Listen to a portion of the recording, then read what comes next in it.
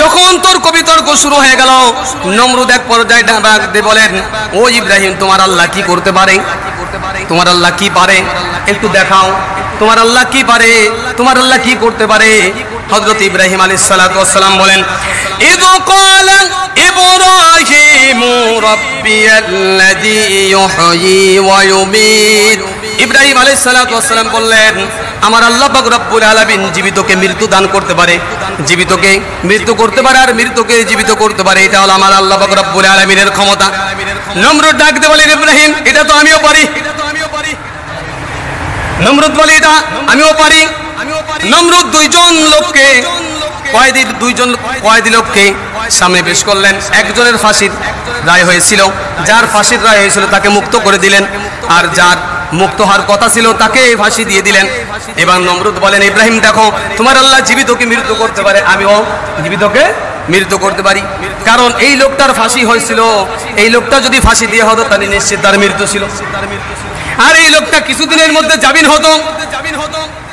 কিন্তু যেই লোকটা জামিন হওয়ার কথা ছিল তাকে আমি ফাঁসি দিয়ে দিলাম, আর যেই লোকটা ফাঁসি হওয়ার কথা ছিল তাকে আমি মুক্ত করে দিলাম। আমিও জীবিতকে মৃত্যু দিতে পারি, আর মৃত্যুকে আমি জীবিত করতে পারি। ইব্রাহিম আলাইহিস সালাতু ওয়াস সালাম মনে মনে চিন্তা করলেন, এর মতন বোকা পৃথিবীর বুকে আর একটাও না। এরকম ভাবে তার সঙ্গে তর্ক বিতর্ক করে চলবে না। ইব্রাহিম আলাইহিস সালাতু ওয়াস সালাম এবার বললেন, নমরুদ, আমার আল্লাহ পাক রব্বুল আলামিন প্রত্যেকদিন সূর্যকে পূর্ব দিক থেকে উঠিত করে আর পশ্চিম দিকে দিয়া সূর্যকে ডুবাইয়া দেয়। তুমি যদি ক্ষুধা হয়ে থাকো তাহলে তুমি আজকে আগামীকাল পশ্চিম দিকে সূর্যকে উদিত করবে আর পূর্ব দিকে সূর্যকে আবার ডুবাইবে। যখন এই কথা বললেন, এই প্রশ্ন যখন করলেন, নমরুদ চিন্তা করে দিল, এই কাজ তো আমার দ্বারা সম্ভব নয়। এই কাজ তো আমার দ্বারা সম্ভব নয়। এখন যদি ইব্রাহিমের সঙ্গে তর্ক বিতর্ক শুরু করে দিই, এক পর্যায়ে দেখা যাবে আমার ক্ষুধাইতেই ছুটে যাবে, আমার ক্ষুধাইত্ব টিকে থাকবে না। ইব্রাহিম আলাইহিস সালাতু ওয়াস সালামকে বলেন, যাও, দূর হয়ে যাও আমার বাড়ি থেকে, আমার এলাকা থেকে চলে যাও, তোমাকে আমি আর দেখতে চাই না। ইব্রাহিম আলাইহিস সালাতু ওয়াস সালাম চলে আসলেন আর ময়দানে জান্নাতে দুম্বা নিয়ে চলে গেলেন। ইব্রাহিম আলাইহিস সালাতু ওয়াস সালাম কয়েকবার চেষ্টা করেছেন। পরবর্তীতে হযরতে জিবরাইল আলাইহিস সালাতু ওয়াস সালাম বলেন, আল্লাহু আকবার, আল্লাহু আকবার, লা ইলাহা ইল্লাল্লাহ। রাসূল বলেন, লা ইলাহা ইল্লাল্লাহ, আল্লাহু আকবার, ওয়ালিল্লাহিল হামদ, বিসমিল্লাহি আল্লাহু আকবার বলে ছুরি চালাই দিয়েছেন আর জবাই হয়ে গেছে। যখন জবাই হয়ে যায়, রক্তের যে একটা শব্দ যখন বের হয়ে গেছে, ইব্রাহিম আলাইহিস সালাতু ওয়াস সালাম চোখটা খুলে দেখে পাশে তার ছেলে ইসমাইল দাঁড়িয়ে আছে আর একটা দুম্বা জবাই হয়ে গেছে। আল্লাহ পাক রব্বুল আলামিন ওয়ানা দাইনাই ইয়া ইব্রাহিম কদ সাদ্দাকতার রুয়া ইন্না কাযালিকা নাজজিল মুহসিনিন। আল্লাহ পাক রব্বুল আলামিন বলে, হে ইব্রাহিম, আমি তো ইসমাইলকে জবাই করতে চাইছিলাম না, আমি চাইছিলাম যে আমার মহব্বত তোমার অন্তরের ভিতর বেশি নাকি তোমার সন্তানের মহব্বত বেশি। হযরত ইসমাইল আলাইহিস সালাতু ওয়াস সালামকে কুরবানি করলেন, কিন্তু আল্লাহ পাক রব্বুল আলামিন এক দৃশ্য এই পৃথিবীর ইতিহাসে কায়েম করে দিলেন। হযরত ইব্রাহিম আলাইহিস সালাতু ওয়াস সালাম, তার এই বরকতে আল্লাহ পাক রব্বুল আলামিন জান্নাতে দুম্বা কুরবানি হয়ে গেল। আর ওখান থেকে আলাইহি ওয়া সাল্লিমু তাসলিমা।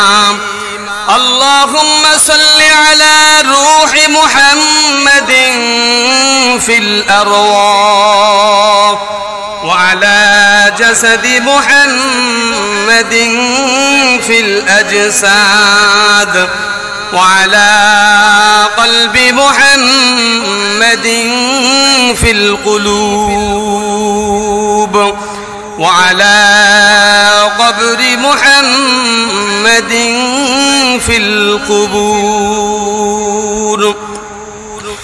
سبحانك لا علم لنا إلا ما علمتنا إنك أنت العليم الحكيم. سبحان الله وبحمده سبحان الله العظيم. بلغ العلا بكماله كشف الدجى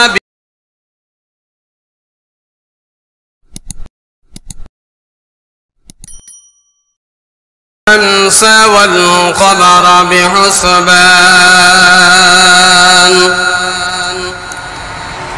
والنجم والشجر يسجدان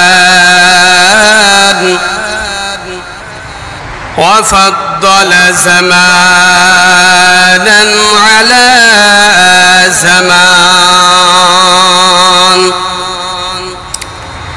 كما فضل مكانا على مكان وإنسانا على إنسان ونشهد أن لا إله إلا الله وحده لا شريك له ونشهد أن سيدنا وسندنا وحبيبنا وطبيب قلوبنا ومولانا محمدا عبد الله ورسوله أرسله الله تعالى بالحق بشيرا ونذيرا وداعيا إلى الله بإذنه وسراجا منيرا أما بعد فقد قال الله تبارك وتعالى في كلامه المجيد والفرقانه الحميد أعوذ بالله من الشيطان الرجيم بسم الله الرحمن الرحيم إن صلاتي ونسكي ومحياي ومماتي لله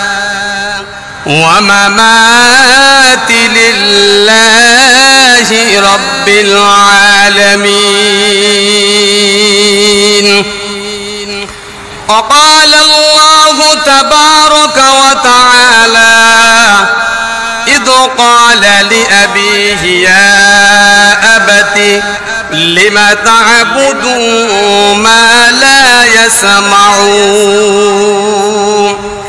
ولا يبصر ولا يغني عنك شيئا وقال الله تبارك وتعالى في شأن حبيبه مخبرا آمرا إن الله وملائكته يصلون على النبي يا أيها الذين آمنوا صلوا عليه وسلموا تسليما اللهم صل على روح محمد في الأرواح وعلى جسد محمد في الأجساد وعلى قلب محمد في القلوب وعلى قبر محمد في القبور سبحانك لا علم لنا إلا ما علمتنا إنك أنت العليم الحكيم سبحان الله وبحمده سبحان الله العظيم بلغ العلا بكماله كشف الدجى بجماله حسنت جميع خصاله صلوا عليه وآله الحمد لله ثم الحمد لله أما بعد আল্লাহ সুবহানাহু ওয়া তাআলার দরবারে লক্ষ কোটি শুকর যে মহান আল্লাহ সুবহানাহু ওয়া তাআলা আমাদেরকে দয়া করে মায়া করে আল্লাহর পবিত্র ঘর মসজিদে আসা বসা দিনের কথাবার্তা বলা শোনার তৌফিক এবং সুযোগ আল্লাহ সুবহানাহু ওয়া তাআলা আমাদের সকলকে দান করলেন। আমরা সেই মহান মালিকের দরবারে অন্তরের অন্তরস্থল থেকে ঈমানি আওয়াজকে উঁচু করে দিই। আল্লাহ পাক রব্বুল আলামিনের শুকরিয়া আদায় করি, সকলে বলি আলহামদুলিল্লাহ।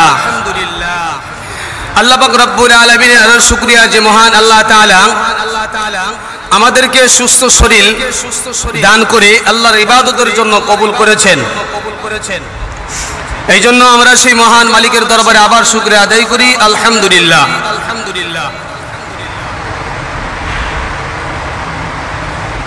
জিলকদ মাসের শেষ জুমা আল্লাহ সুবহানাহু ওয়া তাআলার কালামে পাক থেকে দুইটা আয়াত কারিমা তেলাওয়াত করেছি। আল্লাহ পাক রব্বুল আলামিন এই পৃথিবীতে যাকে ইচ্ছা আল্লাহ তাআলা পাঠাইবেন, আর যাকে ইচ্ছা আল্লাহ তাআলা এই পৃথিবী থেকে নিয়ে যাইবেন। এটা একমাত্র আল্লাহ পাক রব্বুল আলামিনের হাতে। পৃথিবীর সমস্ত মানুষ মিলেও যদি কাউকে দুনিয়া রাখতে চায় তাও পারবে না, এবং দুনিয়ার সমস্ত মানুষ মিলেও যদি সকলে আল্লাহ পাক রব্বুল আলামিন যাকে দুনিয়ায় পাঠাইবেন তাকে যদি ঠেকাইতে চায় পৃথিবীর সমস্ত মানুষ মিলেও তাকে ঠেকাইতে পারবে না।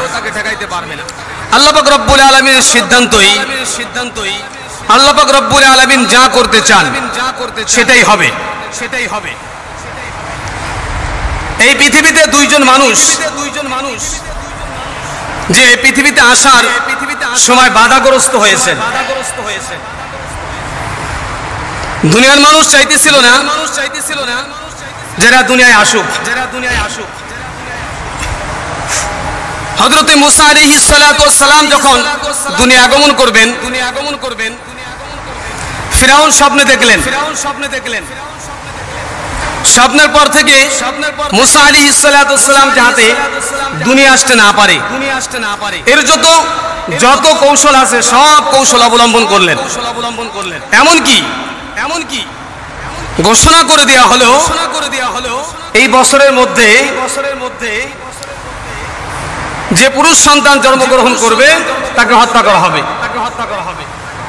আল্লাহ পাক রব্বুল আলামিন তার মধ্য থেকে হযরত মুসা আলাইহিস সালাতু ওয়াস সালামকে দুনিয়ায় পাঠাইলেন। পৃথিবীর মানুষ ওই সময় চাইছিলেন না যে মুসা আলাইহিস সালাতু ওয়াস সালাম দুনিয়ায় আসুক, কিন্তু আল্লাহ চাইতেছেন যে আমি মুসাকে দুনিয়ায় পাঠাইব, আর আল্লাহর চাওয়াটাই কার্যকারী হলো। দ্বিতীয় হযরতে ইব্রাহিম আলাইহিস সালাতু ওয়াস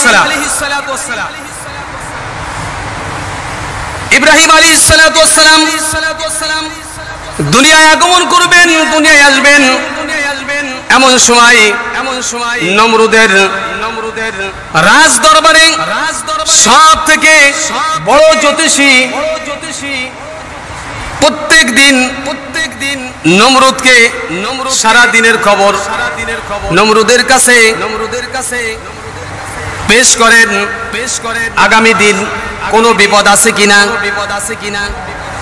হঠাৎ করে একদিন রাজ দরবারে যখন রাজ জ্যোতিষী আগমন করলেন, কিন্তু তার মনের সব কিছু পরিবর্তন, তার চেহারা পরিবর্তন হয়ে গেল। নমরুদ জিজ্ঞাসা করলেন, রাজ জ্যোতিষী কি ব্যাপার, চতুর্দিকের অবস্থা কি ভালো? রাজ জ্যোতিষী কোনো কথা বললেন না। নমরুদ জিজ্ঞাসা করলেন, কি ব্যাপার, কোনো সমস্যা আছে কিনা? কয়ে বাদশা নামদার, মহা বিপদ, বিশাল এক বিপদ দেখা দিয়েছে। আসমানে একটা তারকা দেখা দিয়েছে। আমি ওই তারকাকে গুণন করে দেখলাম যে অতি সত্তর একজন মহামানব এই পৃথিবীতে আগমন করবেন, যেই লোকটা দুনিয়া আসার পরে আপনার রাজত্ব থেকে ধ্বংস করে দিবে। আপনি যেই ক্ষুধায়িত দাবি করেছেন এই ক্ষুধায়িতকে দুনিয়ার থেকে মিটিয়ে দিবেন, আপনি যে মূর্তি পূজা করেন, মূর্তিকে দুনিয়া থেকে ধ্বংস করে দিবেন, এমন একজন মহামানব দুনিয়া আগমন করতেছেন অল্প দিনের মধ্যে। অল্প দিনের মধ্যে এই ইব্রাহিম আলাইহিস সালাম দুনিয়া আসবেন। ইব্রাহিম আলাইহিস সালাম দুনিয়ায় আসার আগ থেকেই ইব্রাহিম আলাইহিস সালাম পরীক্ষার সম্মুখীন হয়েছে। পরীক্ষা দিতে দিতে দিতে দিতে তার জীবনটাই পার হয়ে গেছে। সমস্ত পরীক্ষায় হযরত ইব্রাহিম আলাইহিস সালাম উত্তীর্ণ হয়েছেন। সমস্ত পরীক্ষায় হযরত ইব্রাহিম আলাইহিস সালাম ফার্স্ট হয়েছেন। কোন পরীক্ষায় ইব্রাহিমকে ফেল করাইতে পারে নাই। সর্বপ্রথম ইব্রাহিম আলাইহিস সালাম দুনিয়া আগমন করবেন। নমরুদ রাজ্যদেশীকে ঘোষণা করে দিল, রাজ্যদেশী তুমি গণনা করে দেখো ওই শিশু বাচ্চায় দুনিয়ায় কত দিনের মধ্যে আগমন করবেন। রাজ্যদেশী ঘোষণা করে দিল 3 দিনের মধ্যে এই মহামানব দুনিয়ার মধ্যে আগমন করবে। ইব্রাহিম আলাইহিস সালামের পিতা তাফসীরের ভিতরে, ইতিহাসের ভিতরে পাওয়া যায় ইব্রাহিম আলাইহিস সালামের পিতার নাম ছিল আজর। তিনি এমন একজন লোক ছিলেন যিনি তার হাত দ্বারা যে মূর্তিটা বানাইতো, যার দিকে লক্ষ্য করে যার মূর্তি বানানোর ইচ্ছা করত, অবিকল তার মূর্তিকেই তিনি বানাইতে পারতেন। এই আজর নমরুদের প্রধান কক্ষের পাহারাদারে নিযুক্ত ছিলেন। আর নমরুদের মূর্তিগুলা বানাইয়া প্রত্যেকের বাড়ি বাড়ি পৌঁছায় দিতেন। প্রত্যেকে যেন সকাল বিকাল এই মূর্তিকে সিজদা করে। নমরুদের মূর্তি বানাইয়া প্রত্যেকের বাড়ি দিত এবং তার মূর্তি বানানো এত নিখুঁত ছিল, অবিকল মানুষের মতন দেখা যায়।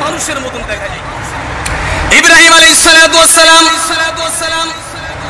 যখন নমরুদ ঘোষণা করে দিল 3 দিনের মধ্যে স্বামী এবং স্ত্রী একত্রিত আগে বিছানায় কেউ থাকতে পারবে না। কিন্তু আল্লাহ পাক রব্বুল আলামিন বলেন, আমি যাকে ইচ্ছা দুনিয়ায় পাঠাইব এবং যাকে ইচ্ছা দুনিয়া থেকে তুলে নিব। পৃথিবীর কোনো মানুষের সাধ্য নাই, পৃথিবীর কোনো মানুষের শক্তি নাই আমার হুকুমকে নষ্ট করতে পারে। আমি যেটা হুকুম করব সেটাই বাস্তবায়িত হবে। আমি যে ইব্রাহিম আলাইহিস সালামকে ইব্রাহিমকে দুনিয়ায় পাঠাইব, আমার সিদ্ধান্ত অটল। ইব্রাহিম অবশ্যই দুনিয়ার ভিতরে আগমন করবে। তোমরা যতই কৌশল অবলম্বন করো না কেন, তোমাদের সমস্ত কৌশল আমি আল্লাহ তাআলা বিফল করে দিব। আল্লাহ পাক রব্বুল আলামিন বলেন, ওয়া মাকারু ওয়া মাকারাল্লাহ ওয়াল্লাহু খায়রুল মাকিরিন। তোমরা যে ষড়যন্ত্র করতেছো, তোমাদের থেকে আমি আল্লাহ তাআলা বেশি ষড়যন্ত্রকারী। তোমাদের সমস্ত ষড়যন্ত্রকে আমি আল্লাহ তাআলা নাস্তানাবুদ করে দিব, ধ্বংস করে দিব। আমি আল্লাহ তাআলা যেটা হুকুম করেছি ইব্রাহিমকে দুনিয়ায় পাঠাইব, এটা ইব্রাহিম দুনিয়ায় যাবেই, কেউ তাকে বাধা দিতে পারবে। এদিকে ইব্রাহিম আলাইহিস সালাম দুনিয়া আসার আগেই ঘোষণা করে দিল 3 দিনের মধ্যে কোন নারী এবং পুরুষ, স্বামী এবং স্ত্রী একই বিছানায় একই ঘরের ভিতর থাকতে পারবে না। এবং প্রত্যেকের বাড়ি পাহারাদার নিযুক্ত করে দিলেন যে স্বামী এবং স্ত্রী একই রুমের ভিতরে একই ঘরের ভিতর থাকে কিনা। যদি থাকে তাহলে তাকে গর্দান দিতে হবে, অর্থাৎ তাকে ফাঁসি দিতে হবে, তার গর্দান শিরচ্ছেদ করা হবে। নমরুদ ঘোষণা করে দিল, তো 100তে কার্যকারী শুরু হয়ে গেল। প্রত্যেকের বাসায় পাহারাদার নিযুক্ত হয়ে গেল। কিন্তু ইব্রাহিম আলাইহিস সালামের আব্বাজান তিনি সারা রাত এই নমরুদের প্রধান কক্ষে পাহারা দিত। এই জন্য ইব্রাহিম আলাইহিস সালামের মায়ের ঘরে কোনো পাহারাদার নিযুক্ত ছিল না, কারণ ওই বাসার ভিতরে শুধুমাত্র একজন মহিলা বসবাস করে। আর স্বামী হলো নমরুদের প্রধান কক্ষের পাহারাদার। এই জন্য নমরুদ এবং তার কর্মচারীরা এটা মনে করলো না যে ইব্রাহিম আলাইহিস সালাম অর্থাৎ আজরের বাসায় পাহারাদার নিযুক্ত করতে হবে, এটা তারা মনে করলো না। এই জন্য তার বাসায় কোনো পাহারাদার ছিল না। ইব্রাহিম আলাইহিস সালাম দুনিয়া আগমন করবে, এটা আল্লাহ পাক রব্বুল আলামিনের সিদ্ধান্ত। গভীর রজনী যখন হয়ে গেছে, ইব্রাহিম আলাইহিস সালামের মার মনের ভিতরে স্বামীর সঙ্গে মিলন করার একটা স্পিরিয়া ভিতরে জেগে উঠছে। কিন্তু তিনি মনে মনে চিন্তা করতেছেন কিভাবে আমার স্বামীর কাছে যাব, কারণ বাদশা তো অর্ডার করেছে স্বামী এবং স্ত্রী একত্রিত হতে পারবে না, এবং প্রত্যেকের বাড়ির পাশে পাহারাদার নিযুক্ত আছে, ওরা পাহারাদার। যখন ইব্রাহিম আলাইহিস সালামের আম্মা জান এই চিন্তা ভাবনা করলেন, ঘুম থেকে জাগ্রত হয়ে ঘর থেকে বের হয়ে দেখে তার বাড়ির কোনো পাহারাদার নাই। আস্তে আস্তে করে এক পা দুই পা করে আস্তে আস্তে সামনের দিকে অগ্রসর হলেন। মনের ভিতরে স্বামীর সঙ্গে মিলনের একটা স্পিরিয়া তার ভিতরে জেগে উঠছে। হাঁটতে হাঁটতে হাঁটতে হাঁটতে চলে আসছে নমরুদের রাজ দরবারের কাছে চলে আসছে। রাজ দরবারে আল্লাহ পাক রব্বুল আলামিন বলেন, ওয়া মাকারু ওয়া মাকারাল্লাহ ওয়াল্লাহু খায়রুল মাকিরিন। আমি আল্লাহ তাআলা তোমরা যে ষড়যন্ত্র করে তার থেকে বড় ষড়যন্ত্র করে আমি।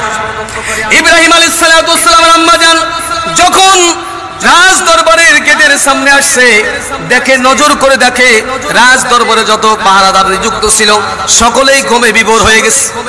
এটা আল্লাহ পাক রব্বুল আলামিনের কাছে, আল্লাহ পাক রব্বুল আলামিনের ফয়সালা। সকলেই ঘুমিয়ে গেছে, বসে বসে ঘুমাইতেছে, কেউ হেলান দিয়ে ঘুমাইতেছে। ইব্রাহিম আলাইহিস সালামের আম্মা জান আস্তে আস্তে করে যখন সামনের দিকে অগ্রসর হতেছেন, এদিকে আজরের মনের ভিতরেও স্ত্রীর সঙ্গে মিলনের একটা স্ত্রী জেগে উঠছে স্বামী এবং স্ত্রী উভয়ের মধ্যে। এটা আল্লাহ পাক রব্বুল আলামিনের ফয়সালা।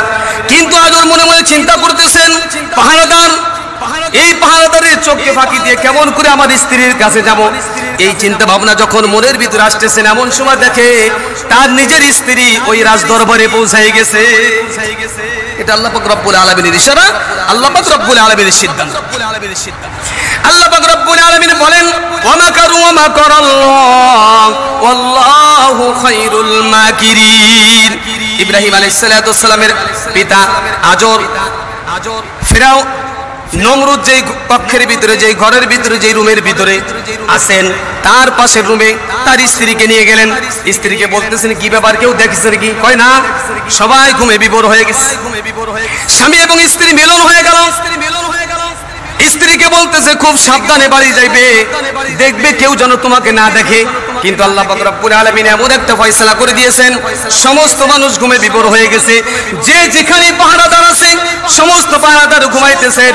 আর এদিক দিয়ে ইব্রাহিম আলাইহিস সালাম তার পিতার উদর থেকে স্বামী স্ত্রীর উদরে চলে গেছে, অর্থাৎ তার মায়ের পেটের ভিতরে চলে গেছে। ইব্রাহিম আলাইহিস সালাম যখন মায়ের গর্ভে চলে গেছেন, সকালবেলা রাজকীয় জ্যোতিষী রাজ দরবারে চলে আসছেন। নবাবশাহ আমদার, কার এত বড় সাহস, কার এত বড় সাহস, আপনার এত বড় পাহারাদার থাকার পরেও, আপনার এরকম হুকুম করার পরেও কে যেন স্বামী এবং স্ত্রী উভয়ে মিলন হয়েছে। আর এই মিলনের মাধ্যমে আজ রাত্রেই আল্লাহর নবী আল্লাহ পাক রব্বুল আলামিন যাকে মনোনীত করেছেন, ওই মহামানব এই পৃথিবীর বুকে আসার জন্য মায়ের উদরে চলে গেছে। এত কড়া পাহারাদার এবং ইব্রাহিম আলাইহিস সালামকে আল্লাহ তাআলা দুনিয়ায় পাঠাবেন। আল্লাহ বলেন, তোমরা যে ষড়যন্ত্র করতেছো, তোমরা যে কৌশল অবলম্বন করতেছো, আমি আল্লাহ তাআলা তোমাদের থেকে উত্তম কৌশল অবলম্বনকারী। এদিক দিয়ে স্বামী এবং স্ত্রীর মিলনে ইব্রাহিম আলাইহিস সালাম গর্ভে চলে আসছেন। আর রাজকীয় যেই জ্যোতিষী সকালবেলা এসে বলেন, বাদশাহ নামদা সর্বনাশ হয়ে গেছে, আপনি যার জন্য এই ব্যবস্থা করেছেন সেই মহামানব আজকে রাত্রেই স্বামী এবং স্ত্রীর মিলনের মাধ্যমে মহিলার গর্ভে সেই মহামানব চলে আসছে। বাদশা তো রেগে তার চেহারা লাল হয়ে গেছে। কার এত বড় সাহস, তার বাড়ির প্রধান দ্বাররক্ষী, তার নিজের লোক, একদম কাছের লোক, যেই কক্ষে নিজেই থাকে তার সেই কক্ষের পাহারাদার, তার মাধ্যমে যে কাজটা হয়েছে, এটা কারণ ইব্রাহিম আলাইহিস সালামের মা একাই বাড়ি থাকতো, এই জন্য সেখানে কোনো পাহারাদার ছিল না। ইব্রাহিম আলাইহিস সালাম পেটের ভিতরে আসলেন। এবার বাদশা ঘোষণা করে দিল, 1 বছরের ভিতরে যত ছেলে সন্তান দুনিয়ায় জন্মগ্রহণ করবে সমস্ত ছেলে সন্তানকে তোমরা হত্যা করে দিবে। বাদশা ফিরাউন এই ঘোষণা করেছিল মুসা আলাইহিস সালাতু সালামকে দুনিয়া আসতে দিবে না। আল্লাহ তাআলা মুসা আলাইহিস সালাতু সালামকে দুনিয়ায় পাঠাইলেন। ইব্রাহিম আলাইহিস সালাতু সালামকে দুনিয়া আসতে দিবে না, আল্লাহ তাআলা দুনিয়ায় ইব্রাহিম আলাইহিস সালাতু সালামকে পাঠাইলেন। আল্লাহ পাক রব্বুল আলামিন বলেন, কুলিল্লাহুম্মা মালিকাল মুলকি তুতিল মুলকা মান তাশা ওয়া তানসিউল মুলকা মিম্মান তাশা। এই পৃথিবীর মালিক আমি আল্লাহ পাক রব্বুল আলামিন। এই পৃথিবীর রাজত্ব আমি আল্লাহ তাআলার কাছে, আমার ক্ষমতা কাছে কোনো ক্ষমতাই কোনো কিছুই নয়। আমি যাকে ইচ্ছা আমার ক্ষমতার চেয়ারে বসাইতে পারি, আর আমি যাকে ইচ্ছা ওই চেয়ার থেকে অপমান করে বের করে দিতে পারি। এটা আমি আল্লাহ তাআলার ক্ষমতা। ইব্রাহিম আলাইহিস সালাতু ওয়াস সালাম তার মা নিজেও জানতেন না তার গর্ভে একটা সন্তান আসছে। কারণ মায়ের গর্ভে যখন সন্তান আসে, মেয়েদের মহিলাদের একটু সমস্যা দেখা দেয়, অন্য কোনো সমস্যা ইব্রাহিম আলাইহিস সালাতু ওয়াস সালামের মা অনুভব করলেন না। আস্তে আস্তে করে যখন 9 মাস পার হয়ে গেল, ডেলিভারির একদিন পূর্বে ইব্রাহিম আলাইহিস সালাতু ওয়াস সালামের মা সমস্ত এলাকার ভিতরে প্রত্যেকটা বাড়ির ভিতরে পাহারাদার নিযুক্ত আছে। কোন মহিলার গর্ভে সন্তান আছে, এই সন্তান যদি ছেলে হয় তাকে হত্যা করা হবে, মেয়ে হলে তাকে হত্যা করা হবে না। ইব্রাহিম আলাইহিস সালাতু ওয়াস সালামের মার পেটের ভিতরে যখন ইব্রাহিম আলাইহিস সালাতু ওয়াস সালাম 9 মাস অতিবাহিত হয়ে গেছে, ডেলিভারির দিন সকালবেলা ইব্রাহিম আলাইহিস সালাতু ওয়াস সালামের আম্মা জান মনে মনে চিন্তা করলেন, আমি ঘরের ভিতরে যদি সন্তান প্রসব করি তাহলে বাদশার সেনাবাহিনীর লোক আমার খবর পেয়ে যাবে, তাহলে সন্তানকে হত্যা করে ফেলবে, কি করা যায়? ইব্রাহিম আলাইহিস সালাতু ওয়াস সালামের আম্মা জান আস্তে আস্তে করে মানুষের চোখ ফাঁকি দিয়া এলাকা ছেড়ে দূরে একটা জঙ্গলের ছাড়িয়া তারপরে একটা পাহাড়ের কিনারায় যায়। পাহাড়ের গুহার ভিতরে ইব্রাহিম আলাইহিস সালাতু ওয়াস সালামের মা ঢুকে গেছে। ইব্রাহিম আলাইহিস সালাতু ওয়াস সালামের মা যখন পাহাড়ের গুহার ভিতরে ঢুকে গেছে, আল্লাহ পাক রব্বুল আলামিন ইব্রাহিম আলাইহিস সালাতু ওয়াস সালামের জন্ম দিয়ে দিয়েছে। ইব্রাহিম আলাইহিস সালাতু ওয়াস সালাম যখন দুনিয়ায় ভূমিষ্ঠ হয়েছে, ইব্রাহিম আলাইহিস সালাতু ওয়াস সালামকে রেখে মা ওখান থেকে চলে আসছে। কারণ যদি ইব্রাহিমের মাকে খোঁজে, যদি তার ঘরের ভিতরে ইব্রাহিমের মাকে না পায় আর যদি স্ত্রীকে না পায়, তাহলে তারা বেশি খোঁজাখুঁজি করবে, ইব্রাহিমকে পেয়ে যাইবে। এই জন্য মা সন্তানকে ডেলিভারির পরে ওই গুহার ভিতরে রেখে চলে আসছে। ইব্রাহিম আলাইহিস সালাতু ওয়াস সালাম একাই জন্মের পরেই একা এখনো মায়ের দুধ পান করে নাই। ইব্রাহিম আলাইহিস সালাতু ওয়াস সালাম গুহার ভিতরে যখন ক্ষুধা লাগছে, আল্লাহ পাক রব্বুল আলামিন হযরত জিবরাইল আলাইহিস সালাতু ওয়াস সালামকে বলে, ও জিবরাইল, তুমি কি নজর করে দেখেছো আমার ইব্রাহিম দুনিয়ায় যাতে না আসতে পারে এই জন্য মানুষ কত কৌশল অবলম্বন করেছে, আর আমি আল্লাহ তাআলা সমস্ত কৌশলকে নাস্তানাবুদ করে দিয়ে ধ্বংস করে দিয়ে আমি ইব্রাহিমকে দুনিয়ায় পাঠিয়ে দিয়েছি। আল্লাহ পাক রব্বুল আলামিন ইব্রাহিম যখন ওই গুহার ভিতরে আল্লাহ পাক রব্বুল আলামিন জিবরাইলকে বলে, জিবরাইল তার মা তো চলে গেছে, একটু পরে ইব্রাহিম আলাইহিস সালাতু ওয়াস সালামের ক্ষুধার যন্ত্রণা ছটফট করবে। ও জিবরাইল, তুমি জলদি করে যাও, আমার ইব্রাহিমের কাছে পৌঁছে যাও।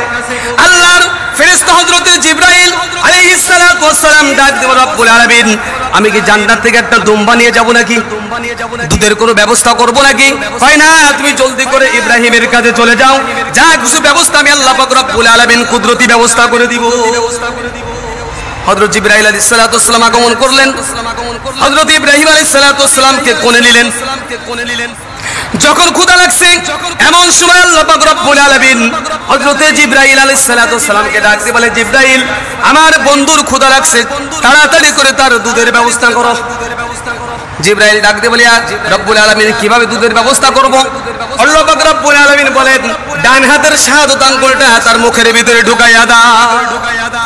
ইতিহাসের ভিতরে পাওয়া যায় আল্লাহ নবী বিশ্বনবী মুহাম্মদুর রাসূলুল্লাহ সাল্লাল্লাহু আলাইহি ওয়াসাল্লাম সাহাবীদেরকে বলেন, ও আমার সাহাবীরা, আমরা যেই ধর্মের অনুসরণ করি, আমরা যেই মহামানবের অনুসরণ করি, ইব্রাহিম আলাইহিস সালাতু ওয়াস সালাম দুনিয়ায় জন্মগ্রহণ করার পরে মায়ের দুধ পান করার আগে আল্লাহ পাক রব্বুল আলামিন কুদরতি দুধ তাকে পান করিয়েছে।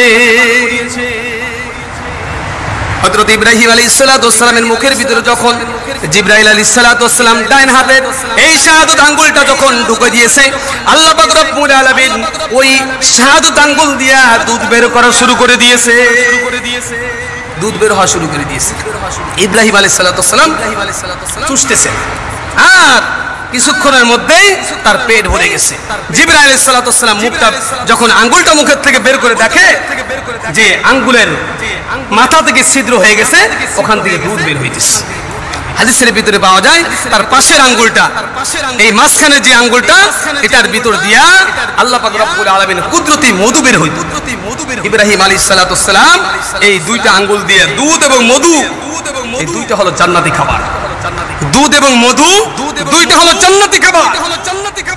এই জন্য আল্লাহ রাসূল বলেন, দুধের ভিতরে আর মধুর ভিতরে তোমরা কি করো না, 2 নম্বরই করো না।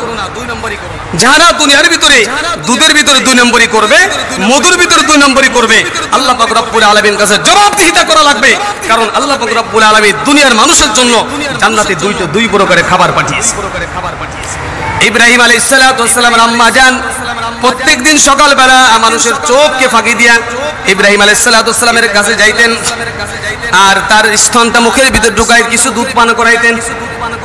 এরকম ভাবে আস্তে আস্তে আস্তে করে ইব্রাহিম আলাইহিস সালাতু ওয়াস সালাম যখন 7 বছর বয়স হয়ে গেছে, ইব্রাহিম আলাইহিস সালাতু ওয়াস সালাম আম্মা জান ইব্রাহিমকে বলতেছেন, ইব্রাহিম খবরদার এই গুহা থেকে তুমি বের হবে না, কারণ তুমি যদি গুহা থেকে বের হও, বাদশার সেনাবাহিনীর দলেরা যদি তোমার খবর পায় তাকে তোমাকে হত্যা করে ফেলবে। ইব্রাহিম আলাইহিস সালাতু ওয়াস সালাম দিনের ভিতরে বের হতেন না, রাতের ভিতরে যখন বের হতেন আকাশের দিকে তাকিয়ে থাকতেন। আকাশের ভিতরে বড় একটা চাঁদ দেখে ইব্রাহিম আলাইহিস সালাতু ওয়াস সালাম মনে মনে চিন্তা করলেন, ইনি আমার রব, নিশ্চয়ই আমাকে কেউ সৃষ্টি করেছে, আমি তো একাই সৃষ্টি হই নাই দুনিয়ায়, আমাকে অবশ্যই কেউ সৃষ্টি করেছে। সূর্য চন্দ্রকে দেখে মনে করলেন চন্দ্রই আমাকে সৃষ্টি করেছেন। অনেক লম্বা চওড়া ঘটনা। ইব্রাহিম আলাইহিস সালাতু ওয়াস সালাম সূর্যকে দেখে মনে করে, সূর্যকে দেখেন যখন রাত হয়ে যায় সূর্য চলে যায়, দিন হয়ে যায় তখন চাঁদ চলে যায়, তখন মনে করলেন যেই জিনিস চলে যায় ওই জিনিস আমার সৃষ্টিকর্তা হতে পারে। ইব্রাহিম আলাইহিস সালাতু ওয়াস সালাম 7 বছর বেশি বয়স যখন হয়ে গেছে, এবার রাত্রে বেলায় একরকম ভাবে চিন্তা করতে করতে এমন সময় বললেন, ইন্নী ওয়াজ্জাহাতু ওয়াজহিয়া লিল্লাযী ফাতারাস সামাওয়াতি ওয়াল আরদা হানিফা ওয়া মা আনা মিনাল মুশরিকিন। আমি এতক্ষণ ধরে যেই চিন্তা ভাবনা করছিলাম আকাশ আমার রব, চন্দ্র আমার রব, সূর্য আমার রব, এটা সব কিছু মিথ্যা। ইন্নী ওয়াজ্জাহাতু ওয়াজহিয়া লিল্লাযী, আমার সব কিছু পিছনে ফেলে দিয়ে আমি একনিষ্ঠভাবে আল্লাহর দিকে ফিরে আসলাম। ইন্নী ওয়াজ্জাহাতু ওয়াজহিয়া লিল্লাযী ফাতারাস সামাওয়াতি ওয়াল আরদ, যে আল্লাহ তাআলা জমিন এবং আসমানকে সৃষ্টি করেছেন এবং আমি ইব্রাহিমকে সৃষ্টি করেছেন। সামাওয়াতি ওয়াল আরদ, এবং আমি মুশরিকদের অন্তর্ভুক্ত নয়, আমি একজন মুসলমান। হযরত ইব্রাহিম আলাইহিস সালাতু ওয়াস সালামকে তার মা 7 বছর বয়সের পার হয়ে গেল, ইব্রাহিমের ভিতরে সব কিছু বুঝছেন, কি আমার রব, কি আমার রব। ইব্রাহিমকে যখন বাড়ি আনছেন কেউ কিন্তু জানে না খবর। ইব্রাহিম আলাইহিস সালাতু ওয়াস সালামের আব্বা জান সুন্দর মূর্তি বানাইতো, এই মূর্তি বাজারে বিক্রি করার জন্য ইব্রাহিমের কাছে দিত। ইব্রাহিম আলাইহিস সালাতু ওয়াস সালাম একদিন বাজারে মূর্তিগুলো নিয়ে গেছে, মূর্তিগুলো বাজারে নিয়ে বলতেছেন, হে লোকেরা, এই যে আমি মূর্তি বিক্রি করতে আসছি, তোমাদের ইচ্ছা তোমরা এই মূর্তিগুলো নিতে পারো, কিন্তু কথা সত্য হলো এই মূর্তির কোনো ক্ষমতা নাই। কোন যেই জিনিস আপনি বিক্রি করবেন, আপনি বাজারে গেছেন বিক্রি করার জন্য একটা মাল, আপনি যদি বলেন ভাই আপনি কিনতে পারেন মাল, এই মালে আপনার কোনো উপকার নাই, এই মালটা আপনি খাইতে পারবেন না, এই মালটা আপনি ব্যবহার করতে পারবেন না, তাহলে খদ্দের কি আপনার মাল কিরা করবে? বাজারের ভিতরে সকলে তো মূর্তি পূজারি করে, সব এলাকার ভিতরে, সব পৃথিবীর ভিতরে একমাত্র হযরত ইব্রাহিম আলাইহিস সালাতু ওয়াস সালাম অনলি একজন যিনি আল্লাহ পাক রব্বুল আলামিনকে বিশ্বাস করে। ইব্রাহিম আলাইহিস সালাতু ওয়াস সালাম যখন এই কথা বললেন, লোকেরা আজরের কাছে নালিশ করলো যে আপনার সন্তান আমাদের এই দেব দেবীর বিরুদ্ধে খারাপ মন্তব্য করে, আপনি আপনার সন্তানকে ঠেকান, বুঝান, না হলে বাদশার কাছে আমরা খবরটা পৌঁছে দিব। ইব্রাহিম আলাইহিস সালাতু ওয়াস সালাম আব্বাজান বুঝাইলেন ইব্রাহিমকে। ইব্রাহিম আলাইহিস সালাতু ওয়াস সালাম বাপকে উল্টা বুঝাইতেছেন, আব্বা আপনি কার ইবাদত করতেছেন? কার ইবাদত করেন আপনি? যেই জিনিস আপনি নিজেই বানিয়েছেন। এই কথাগুলো আল্লাহ পাক রব্বুল আলামিন কোরআনের ভিতরে এরকম ভাবে উঠাই দিয়েছেন। সূরাতুস সাফ 23 নম্বর পারা, আল্লাহ পাক রব্বুল আলামিন বলেন, ইয ক্বালা লিআবিহি ওয়া কওমিহি মাযা তা'বুদুন আইফকান আলিহাতান দুনাল্লাহি তুরিদুন। কার ইবাদত করতেছেন? আল্লাহ বাদে আপনি কার ইবাদত করতেছেন যে আল্লাহ তাআলা আপনাকে সৃষ্টি করলেন? এরকম ভাবে আস্তে আস্তে করে ইব্রাহিম আলাইহিস সালামের খবর বাদশার কাছে পৌঁছে গেছে। বাদশা ইব্রাহিম আলাইহিস সালামকে ডাকছেন। ইব্রাহিম আলাইহিস সালাম যখন রাজ দরবারে প্রবেশ করছেন, রাজ দরবারে যাহারাই প্রবেশ করে সর্বপ্রথম সিজদা করে তারপরে প্রবেশ করা লাগে। কারণ নমরুদ উনি আনা রব্বুকুমুল আলা, উনি দাবি করেছিলেন আমি হলো সবচেয়ে বড় খোদা, আমার বড় কোনো খোদা নেই। এবং সারা পৃথিবীর মালিক ছিল। সারা পৃথিবীর ভিতরে 4 জন মানুষ সারা পৃথিবী রাজত্ব করেছে, তার ভিতরে 2 জন হলো অমুসলমান আর 2 জন হলো মুসলমান। এই অমুসলমানের মধ্যে একজন হলো এই নমরুদ। সারা পৃথিবী রাজত্ব করেছেন। অল্প বয়সে যখন রাজত্ব পাইল তখন আস্তে আস্তে করে তার শক্তির বলে, তার কৌশলে তিনি সারা পৃথিবীর রাজত্ব, তার সমস্ত রাজ্যরা তাকে কর দিত, জিজিয়া দিত, তার কথা মানত। ইব্রাহিম আলাইহিস সালাম যখন ঘরের ভিতরে প্রবেশ করলেন, বুক টান টান করে প্রবেশ করলেন, কোনো সালাম কালাম বা সিজদা কোনো কিছু করলেন না। ইব্রাহিম আলাইহিস সালাম যখন রাজ দরবারে পৌঁছাইল, নমরুদ ডাক দিয়ে বলেন, ইব্রাহিম কেন তুমি আমাকে সিজদা করলে না? ইব্রাহিম আলাইহিস সালাম বলেন, আমি একমাত্র আল্লাহ পাক রব্বুল আলামিন ছাড়া পৃথিবীর কোনো মানুষকে আমি সিজদা করি না। কারণ হলো পৃথিবীর কোনো মানুষকে সিজদা করার জন্য আমি ইব্রাহিমকে দুনিয়ায় পাঠানো হয় নাই। নমরুদকে ওসিয়াত করলেন, তুমি একমাত্র আল্লাহ পাক রব্বুল আলামিনের হুকুম মানো, আল্লাহ পাক রব্বুল আলামিনের দিকে ফিরে আসো, তোমার রাজত্ব ঠিকই থাকবে আর দুনিয়া এবং আখিরাত তুমি কল্যাণকামী হবে। ইব্রাহিম আলাইহিস সালাম যখন তর্ক বিতর্ক শুরু হয়ে গেল, নমরুদ এক পর্যায়ে ডাক দিয়ে বলেন, ও ইব্রাহিম তোমার আল্লাহ কি করতে পারে? তোমার আল্লাহ কি পারে একটু দেখাও, তোমার আল্লাহ কি পারে, তোমার আল্লাহ কি করতে পারে? হযরত ইব্রাহিম আলাইহিস সালাম বলেন, ইযু ক্বালা ইব্রাহিমু রাব্বিয়াল্লাযী ইউহয়ী ওয়া ইউমীত। ইব্রাহিম আলাইহিস সালাম বললেন, আমার আল্লাহ পাক রব্বুল আলামিন জীবিতকে মৃত্যু দান করতে পারে, জীবিতকে মৃত্যু করতে পারে আর মৃত্যুকে জীবিত করতে পারে, এটা হলো আমার আল্লাহ পাক রব্বুল আলামিনের ক্ষমতা। নমরুদ ডাক দিয়ে বলেন, ইব্রাহিম এটা তো আমিও পারি। নমরুদ বলে, এটা আমিও পারি। নমরুদ 2 জন লোককে কয়েদি লোককে সামনে পেশ করলেন। একজনের ফাঁসির রায় হয়েছিল, যার ফাঁসির রায় হয়েছিল তাকে মুক্ত করে দিলেন, আর যার মুক্ত হওয়ার কথা ছিল তাকে ফাঁসি দিয়ে দিলেন। এবার নমরুদ বলেন, ইব্রাহিম দেখো তোমার আল্লাহ জীবিতকে মৃত্যু করতে পারে, আমিও জীবিতকে মৃত্যু করতে পারি।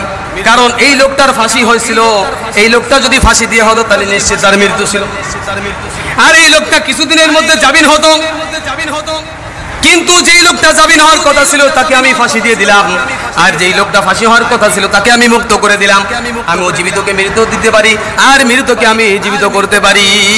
ইব্রাহিম আলাইহিস সালাম মনে মনে চিন্তা করলেন, এর মতন বোকা পৃথিবীর বুকে আর একটাও না। এরকম ভাবে তার সঙ্গে তর্ক বিতর্ক করে চলবে না। ইব্রাহিম আলাইহিস সালাম এবার বললেন, নমরুদ আমার আল্লাহ পাক রব্বুল আলামিন প্রত্যেকদিন সূর্যকে পূর্ব দিক থেকে উঠিত করে আর পশ্চিম দিকে দিয়া সূর্যকে ডুবাইয়া দেয়। তুমি যদি খোদা হয়ে থাকো তাহলে তুমি আজকে আগামীকাল পশ্চিম দিকে সূর্যকে উদিত করবে আর পূর্ব দিকে সূর্যকে আবার ডুবাইবে। যখন এই কথা বললেন, এই প্রশ্ন যখন করলেন, নমরুদ চিন্তা করে দিল, এই কাজ তো আমার দ্বারা সম্ভব নয়, এই কাজ তো আমার দ্বারা সম্ভব নয়। এখন যদি ইব্রাহিমের সঙ্গে তর্ক বিতর্ক শুরু করে দিই, এক পর্যায়ে দেখা যাবে আমার খোদাইত্বই ছুটে যাবে, আমার খোদাইত্ব টিকে থাকবে না। ইব্রাহিম আলাইহিস সালামকে বললেন, যাও দূর হয়ে যাও আমার বাড়ি থেকে, আমার এলাকা থেকে চলে যাও, তোমাকে আমি আর দেখতে চাই না। ইব্রাহিম আলাইহিস সালাম চলে আসলেন।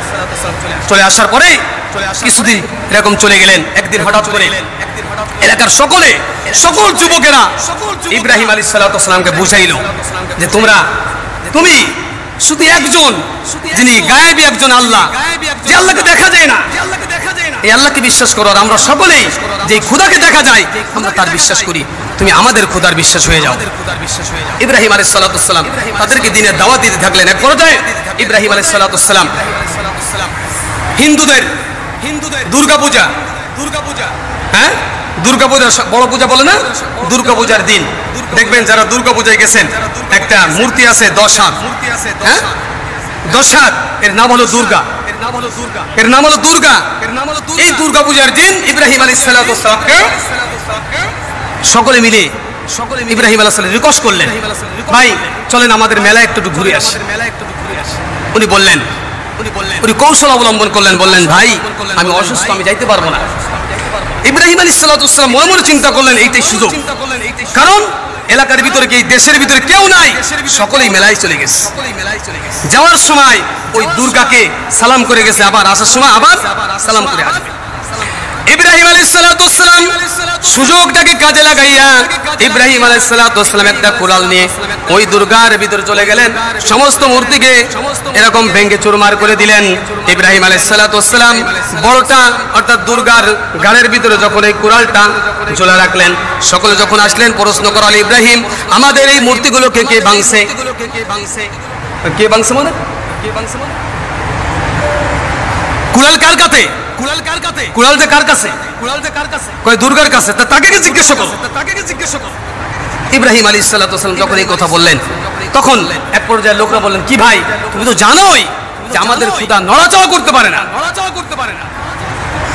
ইব্রাহিম আলাইহিস সালাম যেই কথাগুলো বললেন, আল্লাহ পাক রব্বুল আলামিন কোরআনের ভিতরে এই কথাগুলো উঠায় দিলেন। আল্লাহ পাক রব্বুল আলামিন বলেন, ইয ক্বালা লিআবিহি ইয়া আবাতি লিমা তা'বুদু মা লা ইয়াসমাউ ওয়া লা ইউবসিরু ওয়া লা ইউগনি আনকা শাইআ।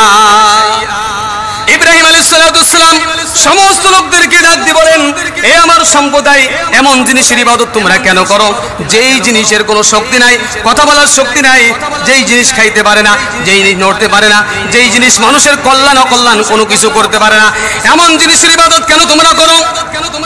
ইব্রাহিম আলাইহিস সালাম যখন এই কথা বললেন, নমরুদ তাকে আবার ডাকলেন। নমরুদ সবাইকে ঘোষণা করে দিল, ইব্রাহিমকে এমন ভাবে কিছু করা যাবে না। ইব্রাহিম আলাইহিস সালামকে কি করা যায়? শয়তান পরামর্শ দিল, ইব্রাহিমকে দুনিয়া থেকে জ্বালিয়ে দেওয়া আগুন দ্বারা। হাদিসের ভিতরে আসছে, ইতিহাসের ভিতরে আসছে, 3 মাইল দূরত্ব, 1 মাইল গর্ত, 1 মাইল চওড়া এমন একটা কূপ নির্মাণ করলেন, যার ভিতরে 6 মাস ধরে কাষ্ঠ নির্মাণ করা হলো এবং সেখানে আগুন ধরানো হলো। প্রায় অনেক ইব্রাহিম আলাইহিস সালামকে ওই কুণ্ডের ভিতরে, আগুনের কুণ্ডার ভিতরে ফেলানোর জন্য বিভিন্ন কৌশল অবলম্বন করা হলো, কিন্তু কোনো কাজ হলো না। ইব্রাহিম আলাইহিস সালাম সমস্ত পরীক্ষায় আল্লাহ পাক রব্বুল আলামিন ইব্রাহিম আলাইহিস সালাম গরুদের সঙ্গে পরীক্ষা উত্তীর্ণ হলেন। ইব্রাহিম আলাইহিস সালামকে প্রথম পরীক্ষা পৃথিবীর ভিতরে একই একজন, যিনি আল্লাহ পাক রব্বুল আলামিনকে বিশ্বাস করলেন। ইব্রাহিম আলাইহিস সালাম আল্লাহ পাক রব্বুল আলামিনকে ডাক দিলেন, রব্বুল আলামিন এই পৃথিবীর সমস্ত মানুষ আমার বিরোধিতা করে, এমনকি আমার পিতা মাতা তারাও আমার বিরোধিতা করে, আমার আর কেউ নাই।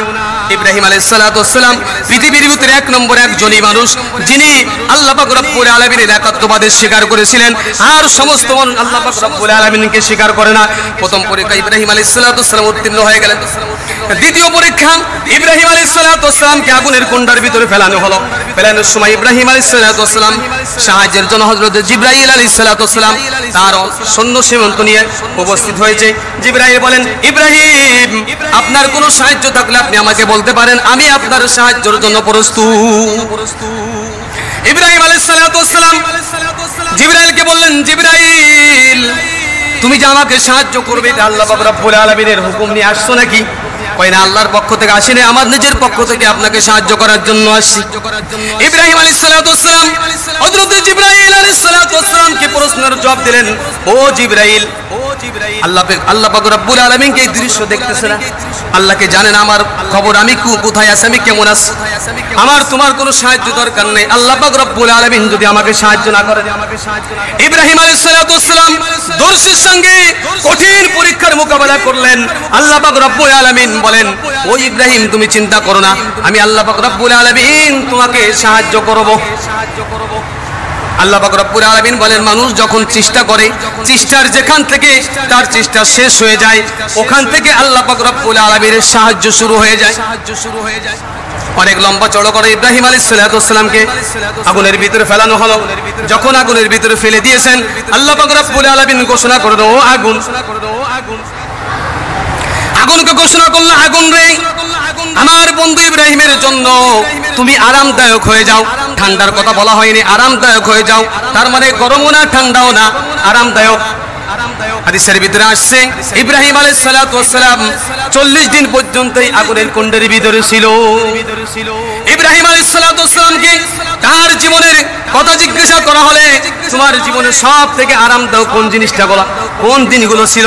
ইব্রাহিম আলাইহিস সালাতু ওয়াস সালাম বলেছিলেন, যেই দিনকে নমরুদ তার আগুনের ভিতরে আমাকে ফেলে দিয়েছিল, ওই দিন থেকে 40 দিন পর্যন্ত নমরুদের আগুনের ভিতরে ছিলাম, আর ওই 40 দিন আমার জীবনের সব থেকে বেশি আরামদায়ক ছিল। আল্লাহ পাক রব্বুল আলামিন এই আগুনটাকে জান্নাতের বাগান বানিয়ে দিলেন। প্রথম পরীক্ষা, দ্বিতীয় পরীক্ষায় উত্তীর্ণ হয়ে গেলেন ইব্রাহিম আলাইহিস সালাতু ওয়াস সালাম। এবার নমরুদের সমস্ত কলা কৌশল থেকে, নমরুদের সব কিছু থেকে ফিরে আসলেন। এবার ইব্রাহিম আলাইহিস সালাতু ওয়াস সালাম তার কওমদেরকে নসিহত করতেছেন। ইয ক্বালা লি আবিহি ওয়া কওমিহি মাযা তা'বুদুন আইফকান আলিয়াতান দুনাল্লাহি তুরিদুন। তোমরা আল্লাহ পাক রব্বুল আলামিন ছাড়া কোন দেবদেবীদের তোমরা পূজা করতেছো, যেই দেবদেবীর কোনো শক্তি নাই, কোনো কিছু করার ক্ষমতা নাই। এক পর্যায়ে ইব্রাহিম আলাইহিস সালাতু ওয়াস সালামের যখন কোনো কথাই কেউ শুনলো না, তখন ইব্রাহিম আলাইহিস সালাতু ওয়াস সালাম এই পৃথিবীতে সর্বপ্রথম তার নিজের দেশ ত্যাগ করে সিরিয়ার দিকে এরকম ভাবে তার স্ত্রী সারাকে নিয়ে হিজরত করলেন। অনেক লম্বা চড়া ঘটনা, হিজরত করলেন হযরত ইব্রাহিম আলাইহিস সালাতু ওয়াস সালাম। মাঝখানে আরেকটা পরীক্ষা শুরু হয়ে গেল। ফিরাউনের রাষ্ট্রের ভিতরে যখন পৌঁছাইল, ইব্রাহিম আলাইহিস সালাতু ওয়াস সালামের স্ত্রী সারার পরে নির্যাতন শুরু হলো। নির্যাতনও সারা এবং তার স্বামী ইব্রাহিম আলাইহিস সালাতু ওয়াস সালাম এই পরীক্ষায় উত্তীর্ণ হয়ে গেলেন। ইব্রাহিম আলাইহিস সালাতু ওয়াস সালাম এবার আল্লাহ পাক রব্বুল আলামিনের কাছে দোয়া করতেছেন, আল্লাহ 86 বছর বয়স হয়ে গেছে, এ পর্যন্ত আমার বংশ টিকে রাখার জন্য, তোমার দ্বীন এই পৃথিবীতে প্রচার করার জন্য একজন লোক তো আমি দুনিয়ায় রাখতে পারলাম না। আল্লাহর কাছে দোয়া করতেছি।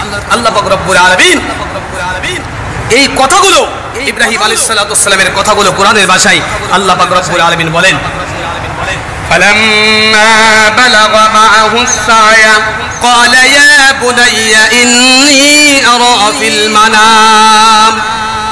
আল্লাহ পাক রব্বুল আলামিন ইব্রাহিম আলাইহিস সালাতু ওয়াস সালাম দোয়া করলেন যে আল্লাহ আপনি আমাকে একটা সন্তান দেন। ফাবাশশারনাহু বিগুলামিন হালিম, নেককার সন্তান। আল্লাহ পাক রব্বুল আলামিন 86 বছর বয়সে সুসংবাদ দিলেন, আপনি আপনাকে একটা কি পুত্র সন্তান দান করব। তখন ইব্রাহিম আলাইহিস সালাম আল্লাহর কাছে প্রশ্ন করেছিলেন, আল্লাহ এটা কেমন ভাবে সম্ভব? আমার স্ত্রী বার্ধক্য, আমার ভিতরে সে শক্তি নাই। আল্লাহ পাক রব্বুল আলামিন বলেন, এটা আমি আল্লাহ পাক রব্বুল আলামিনের ফয়সালা। ইব্রাহিম আলাইহিস সালাতু ওয়াস সালামকে একটা পুত্র সন্তান দান করলেন, দ্বিতীয় স্ত্রী হাজেরার গর্ভে। ইব্রাহিম আলাইহিস সালাতু ওয়াস সালামের দুটি সন্তান, একটার নাম হলো হযরত ইসমাঈল আলাইহিস সালাতু ওয়াস সালাম, আরেকটার নাম হযরত ইসহাক আলাইহিস সালাতু ওয়াস সালাম। ইব্রাহিম আলাইহিস সালাতু ওয়াস সালামের প্রথম সন্তান এই ইসমাঈলের বংশধর হলো আখিরি জামানার পয়গম্বর বিশ্বনবী মুহাম্মদ রাসূলুল্লাহ সাল্লাল্লাহু আলাইহি ওয়াসাল্লাম। আর তার দ্বিতীয় সন্তান ইসহাক আলাইহিস সালাতু ওয়াস সালামের বংশে বনি ইসরাইলের সমস্ত নবী, এমন কি হযরত ঈসা আলাইহিস সালাতু ওয়াস সালাম পর্যন্ত যত নবী দুনিয়ায় আসছে সমস্ত নবী ইসহাক আলাইহিস সালাতু ওয়াস সালামের বংশধর। ইব্রাহিম আলাইহিস সালাতু ওয়াস সালাম 86 বছর পর্যন্ত যত বুকের ভিতরে ভালোবাসা ছিল সব একমাত্র আল্লাহর জন্য ছিল। ইব্রাহিম আলাইহিস সালাতু ওয়াস সালাম যখন পুত্র সন্তানের চেহারা দেখলেন, অন্তর থেকে ভালোবাসা দ্বিখণ্ডিত হয়ে গেল। অর্ধেক তার সন্তানের দিকে চলে গেল, আর অর্ধেক আল্লাহ পাক রব্বুল আলামিনের। এক ভাগ ছিল আল্লাহ পাক রব্বুল আলামিনের জন্য, আর এক ভাগ তার সন্তানের দিকে চলে গেল। 86 বছর বয়সে যদি কোনো ব্যক্তির একটা সন্তান হয়, অবশ্যই সন্তানকে মহাব্বত করবে। আমি আপনি করতাম না? আমার আপনার দীর্ঘ 3-4 বছর ধরে সন্তান না হলে, প্রথম একটা সন্তান হলে আরে বাবা সন্তানের পরে কি মায়া, আমরা দেখাই না? আর 86 বছর বয়সে ইব্রাহিম আলাইহিস সালাতু ওয়াস সালামকে পুত্র সন্তান দিল। এই ইব্রাহিম আলাইহিস সালাতু ওয়াস সালাম সন্তান পেয়ে অনেক খুশি। আল্লাহ পাক রব্বুল আলামিন তার পরবর্তী পরীক্ষা ইব্রাহিম আলাইহিস সালাতু ওয়াস সালামকে বলো, ইব্রাহিম তোমার সন্তানকে নিজের কাছে রাখতে পারবে না, বনবাসে দিয়ে আসো। এটা আমি আল্লাহ তাআলার ফয়সালা। ইব্রাহিম আলাইহিস সালাতু ওয়াস সালাম এই শিশু সন্তান কিছু খেজুর এবং কিছু রুটি, শুকনা রুটি এবং কিছু পানি নিয়ে মরুভূমির দিকে হযরত ইব্রাহিম আলাইহিস সালাতু ওয়াস সালাম এবং হাজরা এবং ইসমাইলকে নিয়ে রওনা দিলেন মিনার ময়দানে। ওখানে ইসমাইলকে রেখে ইব্রাহিম আলাইহিস সালাতু ওয়াস সালাম চলে আসলেন। আসার সময় হাজরা প্রশ্ন করেছিলেন স্বামীর কাছে, আপনি আমাকে এখানে রেখে যাচ্ছেন? পরবর্তীতে প্রশ্ন করলেন, আপনি কি আল্লাহর হুকুমে রেখে যাচ্ছেন? আল্লাহ কি হুকুম করেছেন? ইব্রাহিম আলাইহিস সালাতু ওয়াস সালাম বললেন, আল্লাহর হুকুমেই রেখে যাইতেছি। হাজরা কোনো কথা বললেন না। যদি আল্লাহই হুকুম করে থাকেন তাহলে আমাদেরকে আল্লাহ কি করবে না? মারবে না? নিশ্চয়ই আল্লাহ পাক রব্বুল আলামিন আমাদেরকে দেখবেন। ইব্রাহিম আলাইহিস সালাতু ওয়াস সালাম আস্তে আস্তে করে ওখানে, লম্বা চড়া ঘটনা, দীর্ঘ 7 বছর যখন ইসমাইল আলাইহিস সালাতু ওয়াস সালামের অতিবাহিত হলো, ইব্রাহিম একবার দেখা করতে গিয়েছিলেন। আল্লাহ বলেন, ইব্রাহিম দেখতে পারবা উটের থেকে তোমার পা জমিনে নামাইতে পারবে। 8 বছর পরে সন্তানের কি পরীক্ষা! ইব্রাহিম আলাইহিস সালাতু ওয়াস সালামকে যত পরীক্ষা আল্লাহ করেছে, সমস্ত পরীক্ষায় আল্লাহ পাক রব্বুল আলামিন ফার্স্ট হয়েছে, একটা পরীক্ষায় ফেল করে নাই। 7 বছর বয়সে ইব্রাহিম ইসমাইলকে দেখতে যাইবে, আল্লাহ পাক রব্বুল আলামিন বললেন, উটের পিঠ থেকে নামতে পারবে না, সন্তানকে কোলে নিতে পারবে না। দেখে আসলেন, কোলেও নিলেন না, শুধুমাত্র দেখে চলে আসলেন। 13 বছর বয়স যখন হয়ে গেল,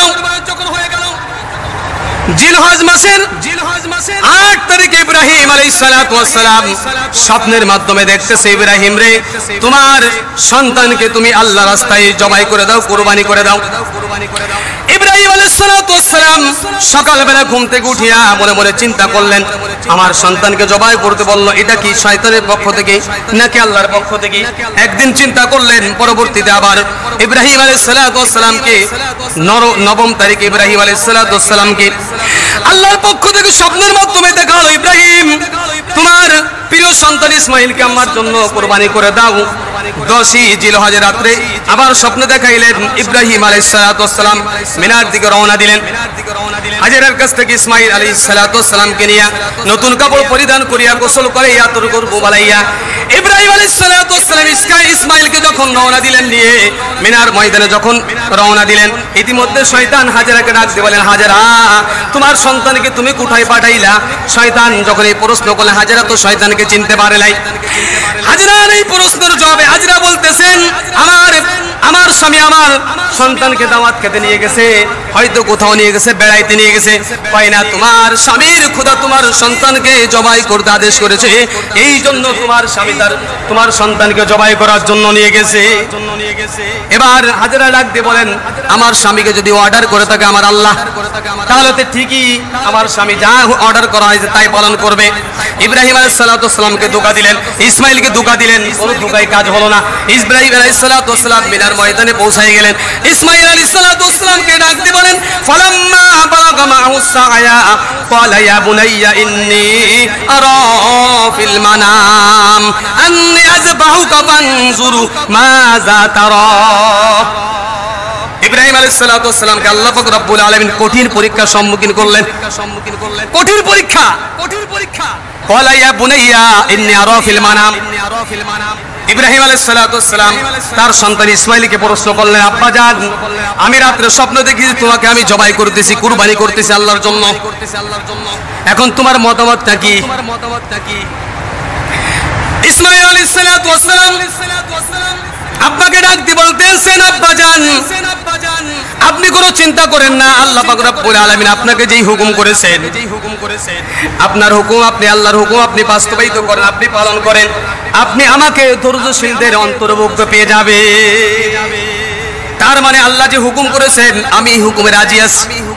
ইব্রাহিম আলাইহিস সালাতু ওয়াস সালাম إني أرى في المنام أني أذبحك فانظر ماذا ترى قال يا أبت افعل ما تؤمر ستجدني إن شاء الله من الصابرين فلما أسلم وتله للجبين وناديناه يا إبراهيم ইব্রাহিম আলাইহিস সালাতু ওয়াস সালাম যখন ছুরিটাকে ইসমাইল আলাইহিস সালাতু ওয়াস সালামের গলায় যখন ধরলেন, আল্লাহু আকবার, আল্লাহু আকবার, লা ইলাহা ইল্লাল্লাহু, আল্লাহু আকবার, আল্লাহু আকবার, বিসমিল্লাহি, আল্লাহু আকবার বলে নাই। এমন সময় হযরত জিবরাইল আলাইহিস সালাতু ওয়াস সালামকে আল্লাহ পাক রব্বুল আলামিন ডাক বলেন, ও জিবরাইল, তুমি কি নজর করে দেখো মিনার ময়দানে ইব্রাহিম এবং ইসমাইলের দৃশ্যটা তুমি দেখো নাকি? সারা পৃথিবীর বুকে এরকম কোন দৃশ্য নজিরবিহীন এমন কোন দৃশ্য পৃথিবীর বুকে আর নাই, ভবিষ্যতে আর কোনোদিন এমন ঘটনা আর কোনোদিন ঘটবে না। হযরত জিবরাইল আলাইহিস সালাতু ওয়াস সালাম আল্লাহ নবী বিশ্ব নবী মুহাম্মদ রাসূলুল্লাহ সাল্লাল্লাহু আলাইহি সাল্লামকে বলেন, ইয়া রাসূলুল্লাহ, ইয়া হাবিবাল্লাহ, পৃথিবীর তিনটা কাজ সবথেকে আমার বেশি কষ্ট হয়েছিল। পৃথিবীর বুকে তিনটা কাজ করতে সবথেকে বেশি আমার কষ্ট হয়েছিল। জিবরাইল আলাইহিস সালাতু ওয়াস সালামের একটা পাখা যদি একবার বাড়ি মারে, এই পৃথিবীটা 6 বার তিনি ঘুরতে পারে। এই জিবরাইল আলাইহিস সালাতু ওয়াস সালাম আল্লাহ নবীকে বলে, ইয়া রাসূলুল্লাহ, ইয়া হাবিবাল্লাহ, পৃথিবীর বুকে সবথেকে তিনটা কাজ করতে সবথেকে আমার বেশি কষ্ট হয়েছে। ইব্রাহিম আলাইহিস সালাতু ওয়াস সালাম যখন বললেন বিসমিল্লাহি আল্লাহু আকবার, এখনো বলে নাই, আল্লাহ পাক রব্বুল আলামিন জিবরাইলকে বলে, ও জিবরাইল তুমি কোথায়? জিবরাইল আলাইহিস সালাতু ওয়াস সালাম ডাক দিয়ে বলে, আমি সিদরাতুল মুনতাহা। সিদরাতুল মুনতাহা হলো এই আকাশের শেষ সীমানা। সিদরাতুল মুনতাহা এই পৃথিবীর থেকে প্রথম আসমান 500 বছরের রাস্তা, এরপরে আরেকটা ফাঁকা আছে 500 বছরের রাস্তা, আর একটা আসমান আছে 500 বছরের রাস্তা, এরপরে আরেকটা ফাঁকা আছে 500 বছরের রাস্তায়। এরকম ভাবে 7টা আসমান এবং 7টা এরকম ফাঁকা জায়গার পরে সিদরাতুল মুনতাহা। জিবরাইল বলে, আমি সিদরাতুল মুনতাহা। এদিক দিয়ে হযরতে ইব্রাহিম আলাইহিস সালাতু ওয়াস সালাম আল্লাহু এটুক শব্দ বলেছে, আমাকে ডাক দিয়ে বলেন ইব্রাহিম। জিবরাইল আলাইহিস সালাতু ওয়াস সালামকে ডাক দিবেন, আল্লাহ পাক রব্বুল আলামিন বলেন, ও জিবরাইল, জান্নাত থেকে একটা লোহার একটা টুকরা নিয়ে যাও, আর জান্নাত থেকে একটা দুম্বা নিয়ে যাও। ইব্রাহিমের তলোয়ারের নিচে ওই লোহার টুকরাটা রেখে দাও, আর তলোয়ারের নিচে আমার জান্নাতি দুম্বাটা রেখে দিয়ে দাও। ফালাম্মা আসলামা ওয়া তাল্লাহু লিল জাবিন ওয়া নাদাইনাহু ইয়া ইব্রাহিম। ইব্রাহিম আলাইহিস সালাতু ওয়াস সালাম যখন এই আল্লাহু এই শব্দটা বলেছেন, জিবরাইল বলে, আল্লাহ গো, আমি তো সিদরাতুল মুনতাহায়, আর ইব্রাহিম হলো মিনার ময়দানে, কেমন করে আমি যাব? হযরত জিবরাইল আলাইহিস সালাতু ওয়াস সালাম বলেন, আমার 6000 যে পাখাটা ছিল, আমি 6000 পাখাকে এত জোরে টান মারলাম, আমার প্রত্যেকটা পশম দিয়া ঘাম বের হয়ে গেল। এখনো পর্যন্ত হযরত ইব্রাহিম আলাইহিস সালাতু ওয়াস সালাম আল্লাহু আকবার বলে নাই।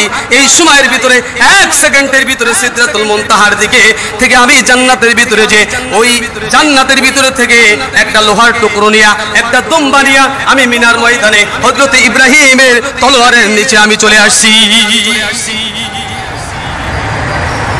1 সেকেন্ডের ভিতরে হযরত জিবরাইল আলাইহিস সালাতু ওয়াস সালাম পৌঁছাই গেছেন জান্নাতি দুম্বা। জান্নাতি দুম্বা, এই দুম্বাটা হযরতে আদম আলাইহিস সালাতু ওয়াস সালামের ছেলে হাবিল এবং কাবিল দুইজনে আল্লাহর জন্য কুরবানি করেছিলেন, যে যার কুরবানি কবুল হবে সে ওই সুন্দরী মহিলাকে বিবাহ করতে পারবে। এই সেই দুম্বা আল্লাহ পাক রব্বুল আলামিন জান্নাতের ভিতরে লালন পালন করে শেষ পর্যন্ত ইব্রাহিম আলাইহিস সালাতু ওয়াস সালামের এই ইব্রাহিম এবং ইসমাইলের তলোয়ারের নিচেই আল্লাহ পাক রব্বুল আলামিন জান্নাতে দুম্বা রেখে দিলেন।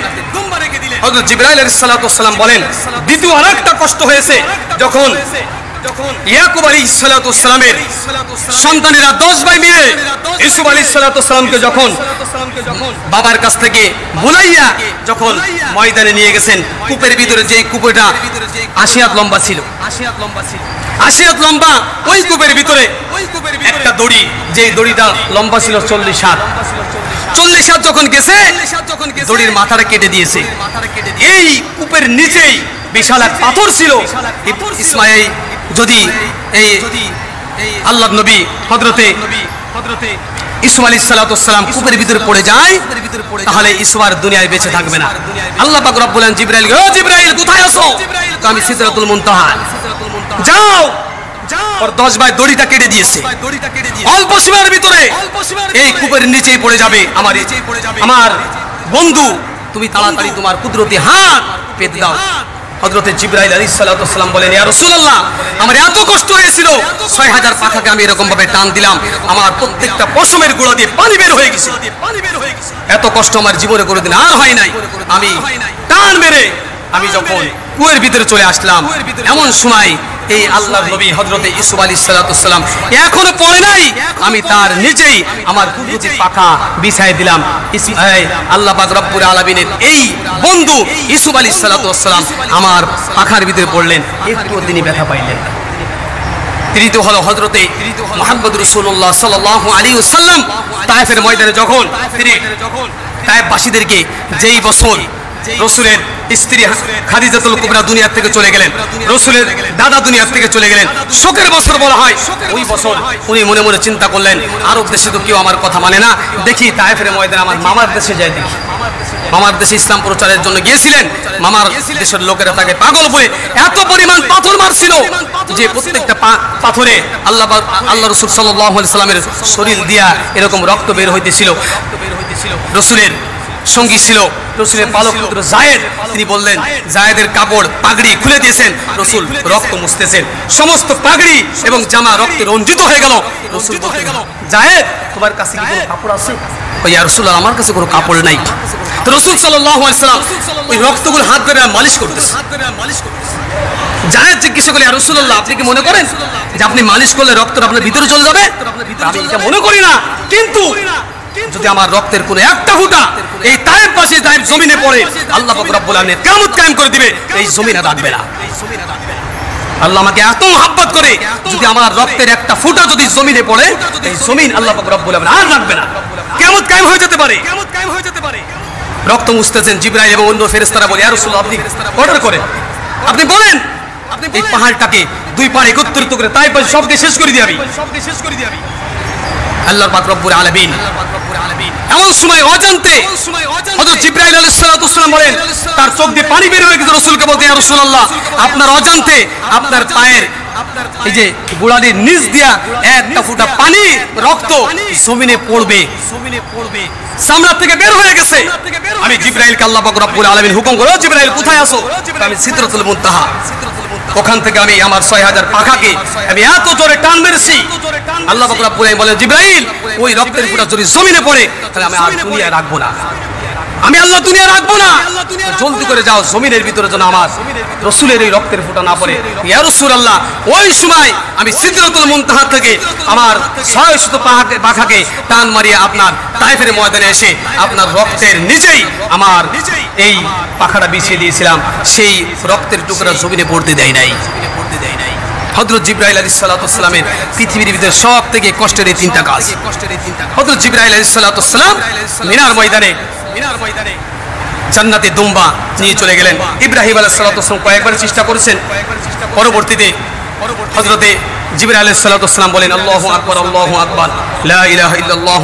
রাসূল বলেন, লা ইলাহা ইল্লাল্লাহ, আল্লাহু আকবার, ওয়ালিল্লাহিল হামদ, বিসমিল্লাহি আল্লাহু আকবার বলে ছুরি চালাই দিয়েছেন আর জবাই হয়ে গেছে। যখন জবাই হয়ে যায়, রক্তের যে একটা শব্দ যখন বের হয়ে গেছে, ইব্রাহিম আলাইহিস সালাতু ওয়াস সালাম চোখটা খুলে দেখে পাশে তার ছেলে ইসমাইল দাঁড়িয়ে আছে আর একটা দুম্বা জবাই হয়ে গেছে। আল্লাহ পাক রব্বুল আলামিন ওয়ানা দাইনাই ইয়া ইব্রাহিম কদ সাদাক্তার রুয়া ইন্নাকা নাজিল মুহসিনিন।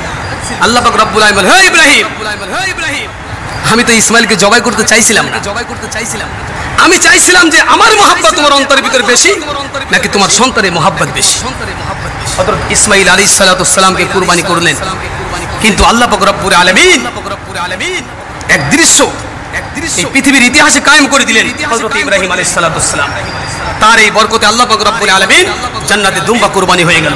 আর ওখান থেকে নিয়ে কিয়ামতের আগ পর্যন্ত যত মানুষ দুনিয়া আসবে সকলের জন্য এই দিনে কুরবানি করা সকলের জন্য সুন্নাত। এইজন্য ভাই, জিলহজ মাস অতি নিকটে, জিলকদ চলে যাইতেছে আজকে হলো 27শে জিলকদ। জিলহজ মাসের প্রথম 10 দিনে 5টা আমল। কয়টা আমল? কথা বলেন, কয়টা আমল? 5টা আমল। সকলে করার জন্য চেষ্টা করব।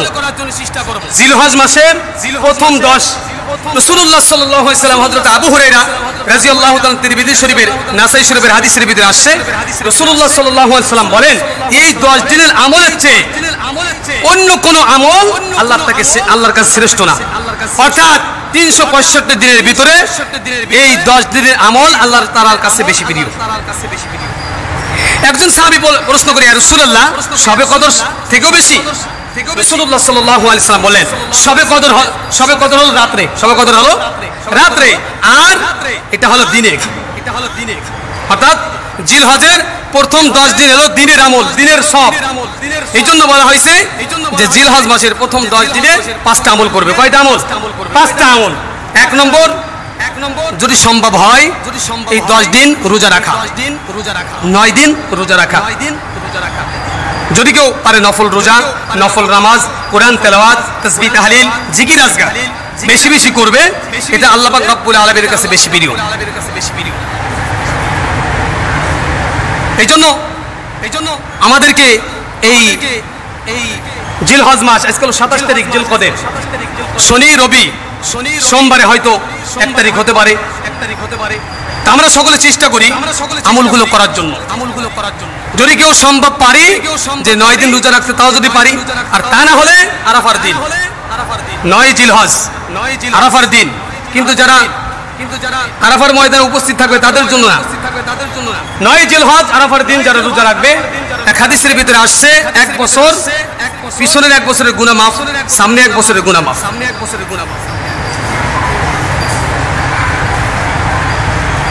2 নম্বর হলো এই 10 দিনে হাতের নখ এবং চুল, দাড়ি, মোষ এসব কাটার বিধান। এক হাদিসের ভিতরে আসছে যারা কুরবানি করবে, যাদের কাছে কুরবানি পশু আছে এবং যারা কুরবানির নিয়ত করছে, তারা এই 10 দিনে হাত পায়ের নখ এবং চুল কাটবে না। এটা হলো মুস্তাহাব, কাটতে নিষেধ করা হয়েছে। হযরতে আবু সালামা রাদিয়াল্লাহু তাআলা থেকে রওয়ায়াত, উম্মে সালামা তিনি বলেন রাসূলুল্লাহ সাল্লাল্লাহু আলাইহি ওয়াসাল্লাম বলেছেন, এই 10 দিনে তোমরা নখ এবং চুল কেটো না। মুস্তাহাব আসছে। 1 নম্বর হলো নফল রোজা, নফল নামাজ, কোরআন তেলাওয়াত, জিকির আজকার, তাসবিহ তাহলিল 1 নম্বর। 2 নম্বর হলো নখ চুল এসব না কাটা। 3 নম্বর হলো আরাফার দিন রোজা রাখা। হযরত আবু কাতাদা রাদিয়াল্লাহু তাআলা থেকে রওয়ায়াত আছে, যদি কোনো ব্যক্তি আরাফার দিন রোজা রাখে, আল্লাহ তাআলা 1 বছর পিছনের গুনাহ মাফ করবেন আর 1 বছর সামনের গুনাহ মাফ করবেন।